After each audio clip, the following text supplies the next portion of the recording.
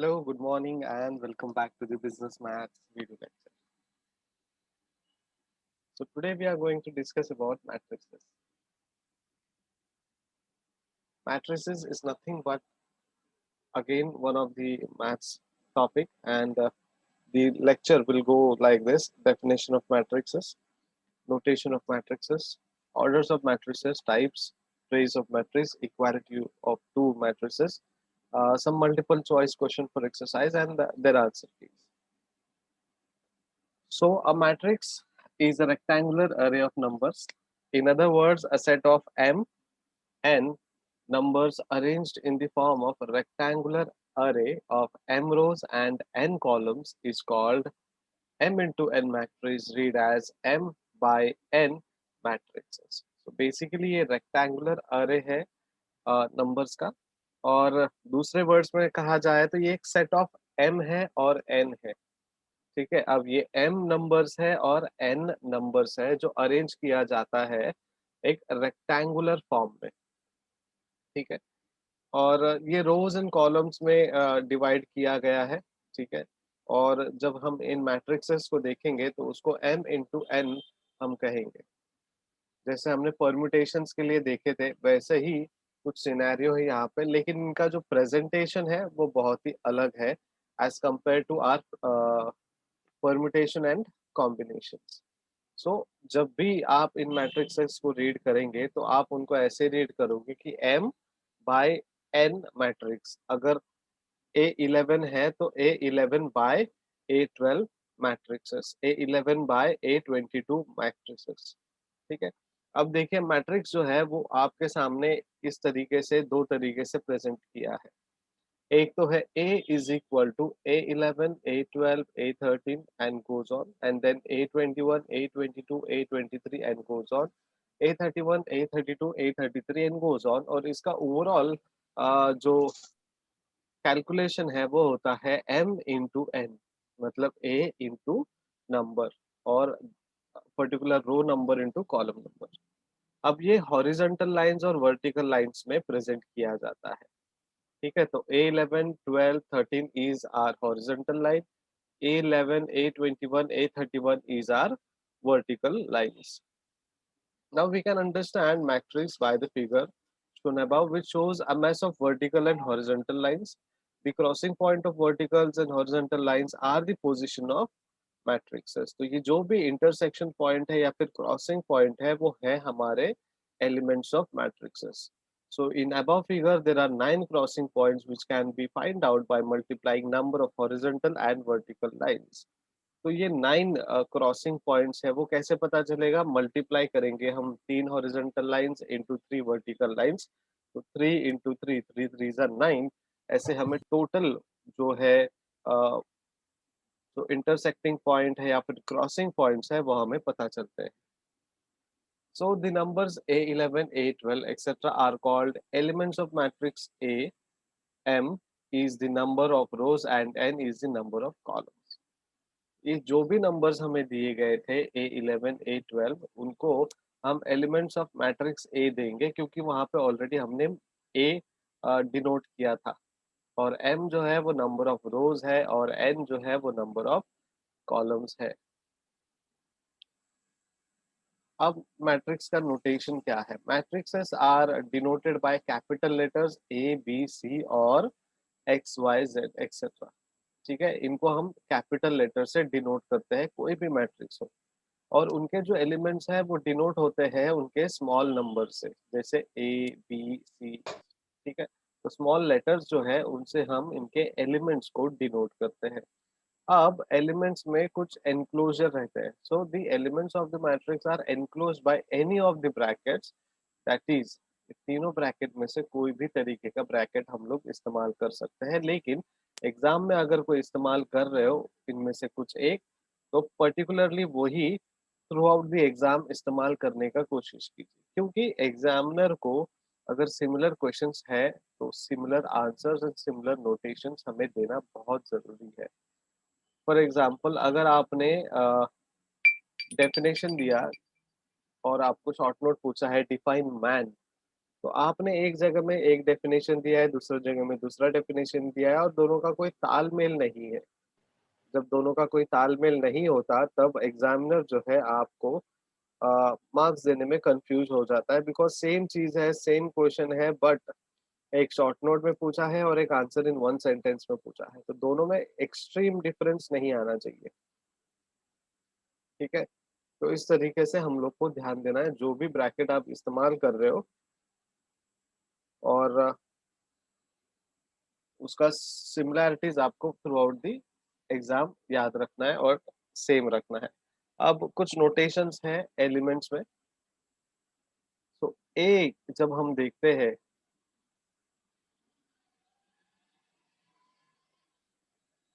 जब हम ये A13 की बात करते हैं तो A इज़ एन एलिमेंट, ठीक है? और 13 में 1 indicates row and 3 indicates column. So element A first row third column, इस तरीके से हम लोग वो पढ़ेंगे। अगर A11 है तो element A first row first column, इस तरीके से हम हमारे जो नोटेशंस है उसको पढ़ेंगे। Now the number of rows and columns on a matrix determines the order of matrices. ठीक है, तो जो rows and columns है वो determine करता है order of matrix. Hence a matrix having m rows and n column is said to be the order m into n, read as m by n. So जो भी matrix है उनका जो रोज and column है उसको हम मल्टीप्लाई करते हैं बेसिकली, और इसीलिए उसको जब हम मैथमेटिकल तरीके से लिखते हैं तो m इंटू एन लिखते हैं, और थियोरेटिकली जब हम लिखेंगे तो उसको लिखेंगे m बाय n, ठीक है? या फिर यहाँ पे पढ़ते टाइम भी आप बोल सकते हो m by n, multiplication into बोलने की जरूरत नहीं है। In particular, a matrix having three rows and column is of the order 3 into 4, and it is called a 3 into 4 matrix. So, a matrix having three rows and four columns is of the order 3 into 4. अगर एक matrix में तीन rows है और चार column है तो वो ऑर्डर ऑफ 3 into 4 रहेगा मैट्रिक्स का, और उसे हम बोलेंगे 3/4 मैट्रिक्सेस। अब एक बेस्ट और सिंपल एग्जांपल देता हूँ। हम लोग फोटो फ्रेम्स देखते हैं, ठीक है? स्टूडियोज में देखते हैं, बड़े-बड़े नेताओं के फोटो फ्रेम्स देखते हैं या फिर बैनर लगाते हैं हम लोग रोड पर। अब वो जो है वो मैट्रिक्स के हिसाब से कैलकुलेट किया जाता है। वहाँ पे हम कोई एलिमेंट्स नहीं लिखते या फिर कोई क्रॉसिंग पॉइंट या फिर इंटरसेक्टिंग पॉइंट्स नहीं ध्यान देते, लेकिन हम एक चीज़ ध्यान देते हैं, उसका लेंथ और विड्थ। और वो लेंथ और विड्थ को हम कैसे बोलते हैं? 3/4, 4/1, 1/1, ठीक है? और ये जो मैट्रिक्स है वो इंस्टाग्राम में भी इस्तेमाल होता है, 1:1 यानी 1/1। इस तरीके के लिए हमको कुछ फोटोज़ एंड पोस्ट चाहिए, अगर आपको स्टोरी में रखना है या फिर आपको अपने फीड में रखना है, पोस्ट करना है। तो ध्यान दीजिएगा कि जब भी आप 3 into 4 देखेंगे तो 3/4 मैट्रिक्स उसे रीड करना है। Now here we have an example A 2 3 5 4 6 7। अब यहाँ पे दो रोज है और तीन कॉलम्स है, so it is a matrix of order 2/3 since there are two rows and three columns। अब एक और एग्जांपल है A is equal to 3 5 7, so it is a matrix of one order into 3 or 1/3 since there are only one row and three columns। ठीक है, अगर one row दिया है तो तीन कॉलम भी तो दिए हैं, तो वो भी ध्यान देना है हमें। और एक और है जहाँ पे जो मैट्रिक्स दिया गया है वो 3/1 है, since there are three rows and one columns, ठीक है? तो इस तरीके से हमें ध्यान देना है। नाउ जब भी टाइप्स ऑफ मैट्रिक्स की बात करते हैं हम लोग तो अलग अलग तरीके हैं वहां पे। नंबर वन है रेक्टेंगुलर मैट्रिक्स, सेकंड है स्क्वायर, थर्ड है diagonal, then scalar, then column, then row, null, unit, upper triangular, lower triangular and sub matrix. तो टोटल हमारे पास कम से कम 11 मैट्रिक्स के टाइप्स है। अब उसमें 11 में से सबसे पहला जो मैट्रिक्स है वो है रेक्टेंगुलर मैट्रिक्स, जहाँ पे प्योरली रेक्टेंगुलर तरीके से होता है, जैसा नाम वैसा उसका काम। हम नोटेशन सेम देंगे, लेकिन उनका जो प्रेजेंटेशन है रेक्टेंगुलर फॉर्म में होगा। तो a matrix in which number of rows and columns are not equal is called a rectangular matrix. Simple है। अब number of column and rows equal तो नहीं रहेंगे, ठीक है, तभी जाके वो रेक्टेंगुलर बनेगा, राइट। सो दो रोज है एंड तीन कॉलम है, या फिर तीन रोज है या फिर दो कॉलम है, इस तरीके से हम इस रेक्टेंगुलर मैट्रिक्स को देख सकते हैं। And then second example is square matrix. A matrix in which the number of rows is equal to the number of column is called a square matrix. अब स्क्वायर मैट्रिक्स में क्या होगा, proper size होगा। जैसे हम Instagram में post करने के लिए प्रॉपर 1:1 का साइज देखते हैं, वैसे ही यहाँ पे हमें तीन रोज है तो तीन कॉलम चाहिए, चार रोज है तो चार कॉलम चाहिए, तो पर्टिकुलरली जितना रो उतने column. So a matrix in which number of rows is equal to the number of column is called a square matrix. अब यहाँ पे इन्होंने नोट दिया है the element 2 to 5 in the above matrix are called diagonal element and the line along which they lie is called the principal diagonal। अब एक उन्होंने element कहा है 2 to 5। अब इनको इन्होंने क्या कहा है, डायगोनल कहा है, which they lie is called principal diagonal. अब वो जो हिसाब से नंबर दिए हैं ना, उनको उन्होंने कहा है प्रिंसिपल डायगोनल। अब सर एंड मैडम ये क्यों कहा है, क्यों कहा है, उसका आंसर हम जब प्रैक्टिकली सॉल्व करेंगे तब पता चलेगा। अब जस्ट हमें इंफॉर्मेशन लेकर रखना है कि ये प्रिंसिपल डायगोनल क्यों कहा है, ठीक है, और ये प्रिंसिपल डायगोनल किसे कहा है, क्यों कहा है, उसका आंसर हमें जब सॉल्व करेंगे तब पता चलेगा, या फिर धीरे धीरे जब हम और थियोरेटिकल पार्ट में जाएंगे तभी हमें अच्छे से समझ में आएगा। ना डायगोनल मैट्रिक्सेस करके एक चीज है, ठीक है, यहाँ पे क्या होता है, जो भी न्यूमेरिकल्स या एलिमेंट्स होते हैं ना हमारे, वो डायगोनली होते हैं, ठीक है। A square matrix in which all diagonal elements are non zero and all non diagonal elements are zero is called diagonal matrix. अब डायगोनल में याद रखना है स्क्वायर मैट्रिक्स होता है, रेक्टेंगुलर नहीं, ठीक है। तो 2 0 0 0 2 0 0 0 5 एंड जो भी डायगनली है वो है 3 into 3 और 3/3 का मैट्रिक्स। अगर वो जीरो है फिर भी वो मैट्रिक्स हमें काउंट करना है, ठीक है। सो डायगनली हमारा जो मैट्रिक्स है वो इस तरीके से हम प्रेजेंट कर सकते हैं। And then second one is scalar matrix. A diagonal matrix in which diagonal elements are equal but not equal to 1 is called scalar matrix. मतलब ये ऐसा मैट्रिक्स है जो डायगोनल है, ठीक है, लेकिन इनके जो एलिमेंट्स है वो इक्वल है, लेकिन बट नॉट इक्वल टू 1, एक से इक्वल नहीं होंगे, एक से ज्यादा के नंबर से इक्वल होंगे। सो 2 2 2 या फिर 2 0 0 0 2 0 0 0 2 is a scalar matrix of 3/3, ठीक है। तो डायगोनल मैट्रिक्स में हमें स्क्वायर मिलता है, स्केलर मैट्रिक्स एक डायगोनल मैट्रिक्स है और वहां पे जो भी डायगोनल एलिमेंट्स है आर इक्वल, लेकिन but not equal to 1। Then identity or unit matrix. A square matrix whose each diagonal element is unity and all other elements are zero is called an identity or unit. So एक square matrix है जहाँ पे diagonal element जो है वो एक unity बनते हैं और all other elements are zero is called an identity और unit matrix. An identity matrix of order 3 is denoted by I3 or simply by I। तो एक ऑर्डर मैट्रिक्स को हम तीन से डिनोट करते हैं, और वो डिनोट कैसे होगा, उसका जो लेटर है वो आई होगा और उसका जो सिंबल है वो थ्री होगा, और सिंपली आई से हम उसको डिनोट कर सकते हैं। सो एग्जांपल देखिए, I3 is equal to 1 0 0 0 1 0 0 0 1 is unit of matrix of order 3 या फिर 3/3, सिंपल।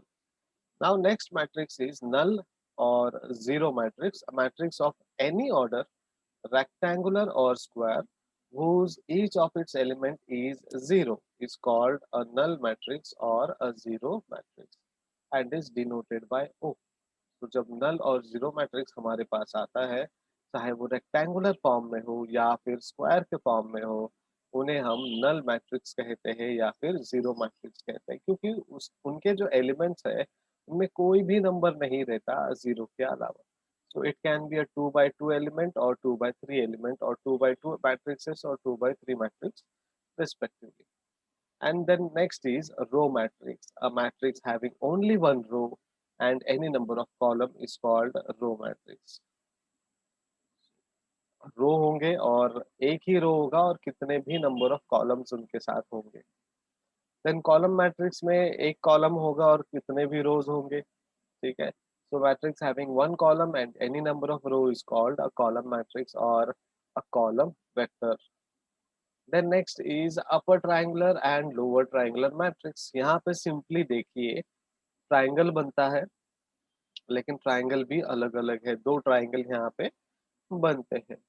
अगर आप जिस हिसाब से देख रहे हो अभी स्क्रीन को, आपके अगर राइट हैंड साइड में ट्राइंगल बन रहा है तो that is an upper triangle.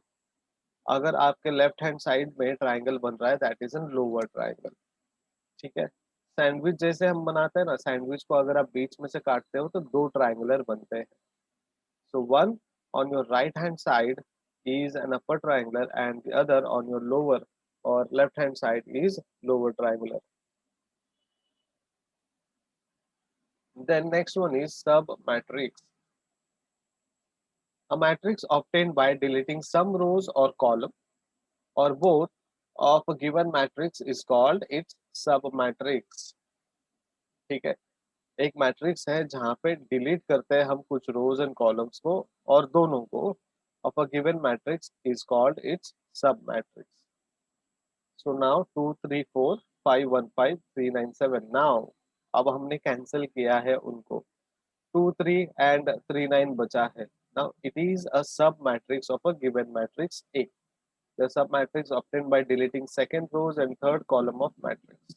अब वो कैसे कैंसिल होता है, क्यों कैंसिल होता है, जब हम प्रैक्टिकली देखेंगे तब हमें पता चलेगा. लेकिन सब मैट्रिक्स को सिर्फ इतना ही ध्यान देना है कि जो मेन मैट्रिक्स है उसको हम कैंसिल करते हैं, कुछ रोज एंड कॉलम्स को हम डिलीट करते हैं, उसके बाद जाके हम सब कॉलम जो है या फिर सब मैट्रिक्स जो है उसको डिनोट करते हैं या फिर सब मैट्रिक्स को हम निकालते हैं. देन द सम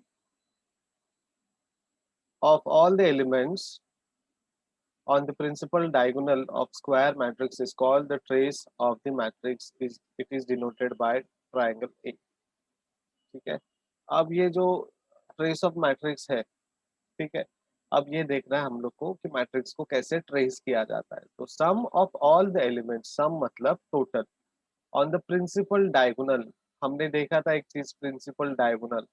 ठीक है. Of a square matrix is called the trace of the matrix and it is denoted by tr dot a.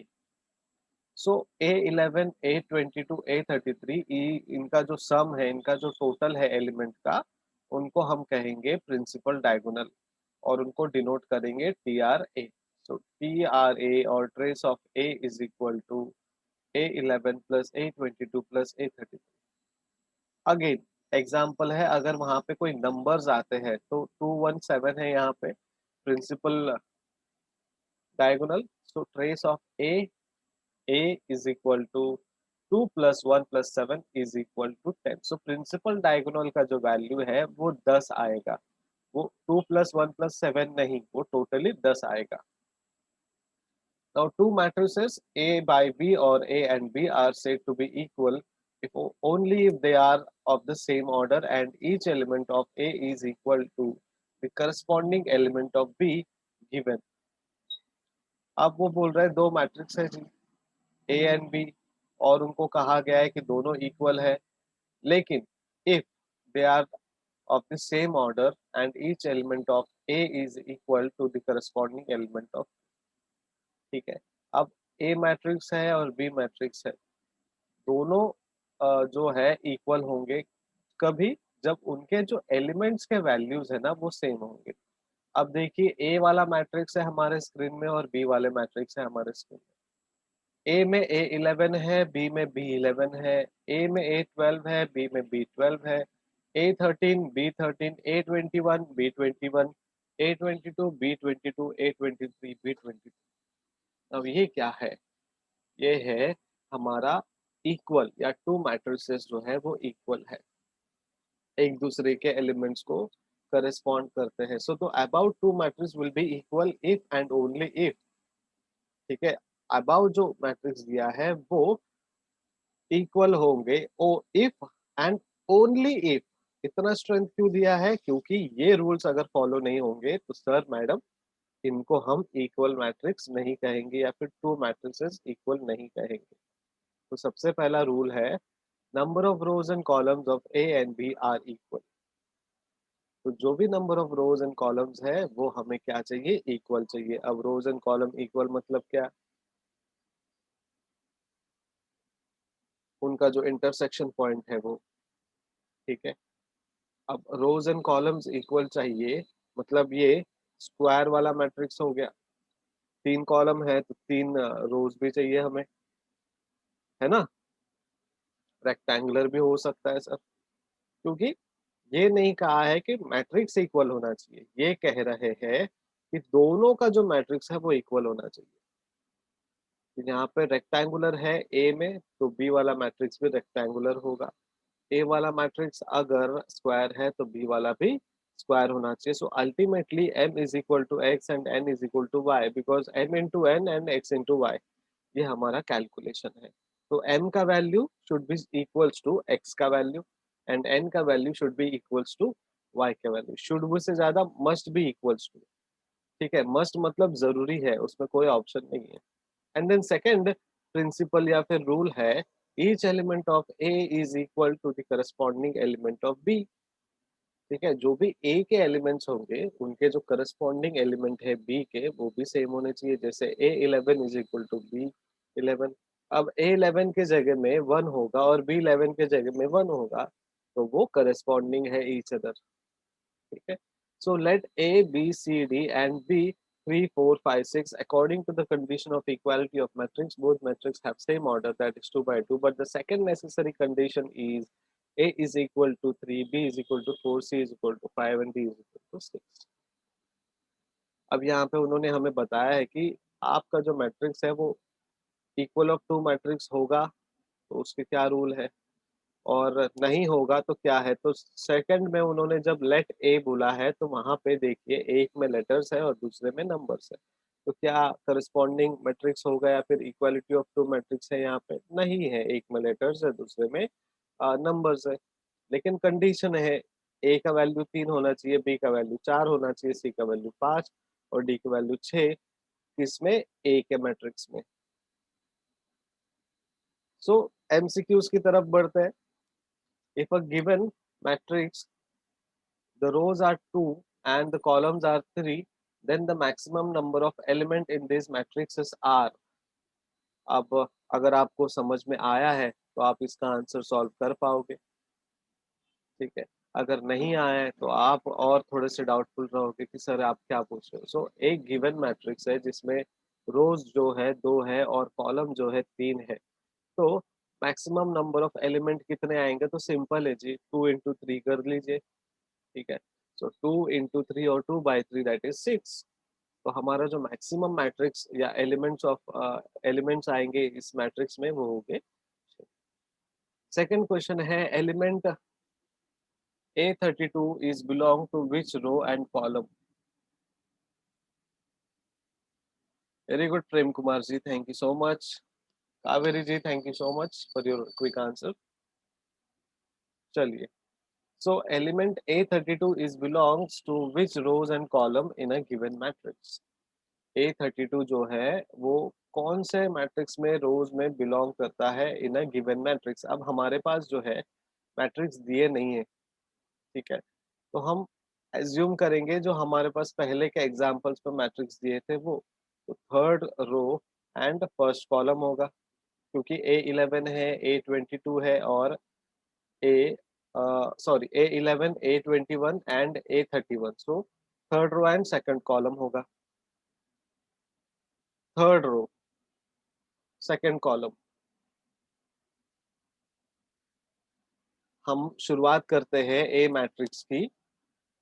A11 ये हो गया हमारा फर्स्ट रो, B11 ये सेकंड रो हो गया, and sorry A21, then A31.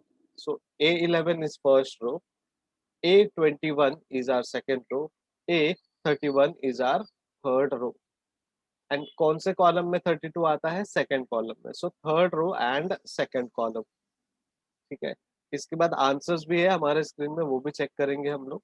Then third question है, what is the order of given matrix.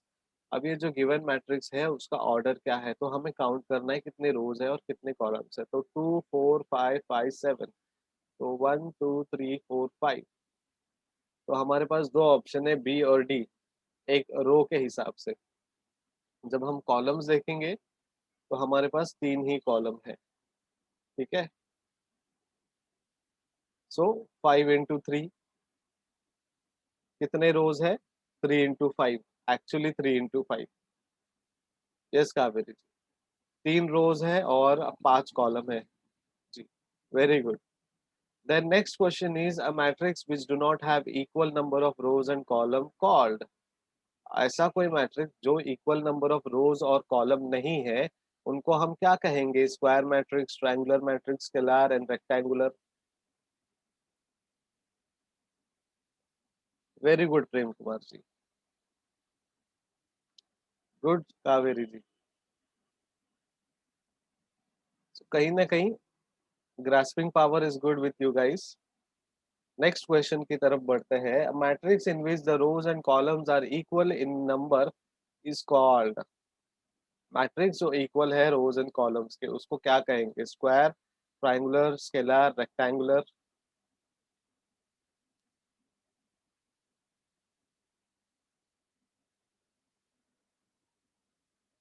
Okay, but यहाँ पे हमें कोई एक सेलेक्ट करना है Prem Kumar ji. We can not select any two, right?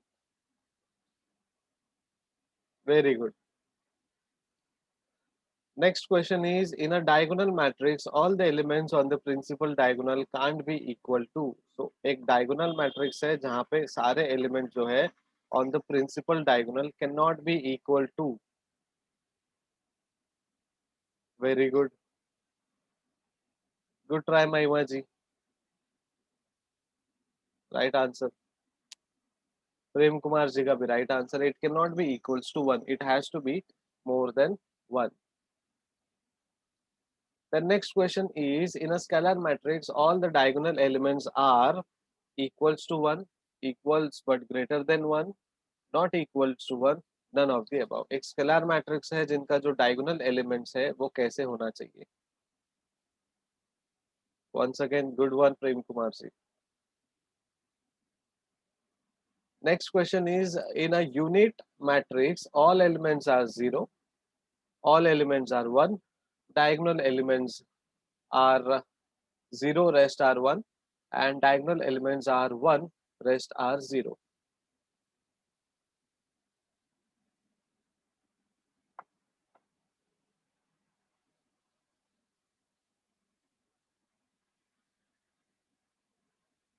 अब दो आंसर्स आए, एक तो बोल रहे हैं कि ऑल एलिमेंट्स आर 1 एंड दूसरे बोल रहे हैं ऑल एलिमेंट्स आर 0। तो क्वेश्चन नंबर 8 का जो आंसर है हम बाद में चेक करेंगे, क्रॉस वेरीफाई करेंगे। ठीक है, मैं अभी कोई इसके बारे में रिजल्ट डिक्लेयर नहीं करूंगा, बिकॉज थोड़ी बहुत क्यूरियोसिटी होनी चाहिए कि कौन सही कौन गलत, या फिर किसने थोड़ा सा और ज्यादा दिमाग को प्रेशर लगा के आंसर दिया है। अब आंसर चेंज हो गया है, diagonal elements are 1, rest are 0। कोई बात नहीं, we will confirm, question number 8 के बारे में हम बात करेंगे बहुत ही जल्दी। Then in a given matrix all elements below principal diagonals are 0, the matrix is. तो एक मैट्रिक्स दिया गया है जहाँ पे सारे एलिमेंट्स है बिलो प्रिंसिपल डायगोनल्स है। Ji Prem Kumar ji, you are absolutely correct with your explanation, but मैं सोच रहा था कि लास्ट में वो बताऊं। Anyways good. So you guys are doing good. इस तरीके से we have some questions, I will share this thing with you in our group. So हमारे जो आंसर्स है वो ये है, एंड जो क्वेश्चन नंबर 8 है उसका आंसर हमारे लिए डी है। ठीक है, तो diagonal elements are 1, rest are 0। Question number 8 का आंसर डी हो जाता है।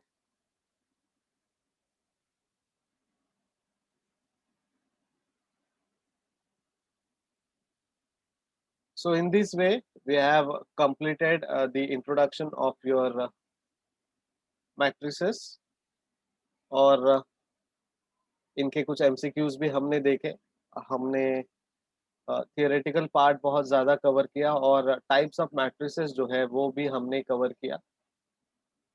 तो अगर अभी इनमें किसी को डाउट है, सर हमें ये नहीं समझा, तो आप पूछ सकते हो, otherwise will wind up the class.